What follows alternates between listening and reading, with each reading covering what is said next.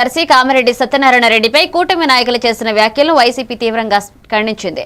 ఇక నాయుడుపేటలోని వైసీపీ కార్యాలయం నిర్వహించిన మీడియా సమావేశంలో పెళ్లకూరు జడ్పీటీసీ నన్నం ప్రిస్కిల్లా మాట్లాడుతూ కూటమి నేతలు వ్యాఖ్యలు బాధ్యతారహితంగా ఉన్నాయన్నారు. ఇక ఎందరికో రాజకీయ ఓనమాల నేర్పిన నాయకుడిపై మాట్లాడే అర్హత వారికి లేదన్నారు. అసలు మాట్లాడే అర్హత లేని మనుషులు, ఆయన కాలి గోటికి కూడా సరిపోని వ్యక్తులు ఆడ మాట్లాడడం అనేది చాలా సిగ్గుచేటు. ఇలాంటి విషయాన్ని మేము తీవ్రంగా వైఎస్ఆర్సీపీ కార్యకర్తలు అందరము ఖండిస్తున్నాం. బెల్ట్ షాపుల గురించి మాట్లాడుతున్నారు.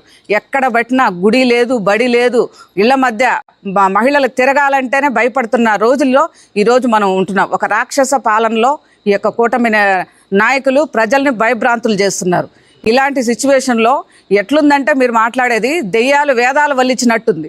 నిన్నటి రోజున కూటమిలో ఉన్న కొంతమంది నాయకులు ఒక అవినీతి అధికారిని ఆయన హీరోయిజం చేసినట్టుగా ఏదో మునిగిపోయినట్టుగా వచ్చి ఒక అవాక చెవాకలు పెడుతూ ఒక ప్రెస్ మీట్ పెట్టడం జరిగింది.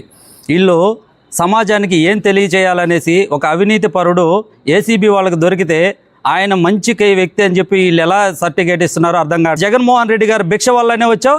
అదేవిధంగా సంజీవన్న గారు, మా పెద్ద ఆయన సత్యనారాయణ రెడ్డి గారు నీకు 2 సార్లు టౌన్ ప్రెసిడెంట్కి ఇవ్వబట్టి నువ్వు ఈరోజు ఆ స్థాయికి లేవు.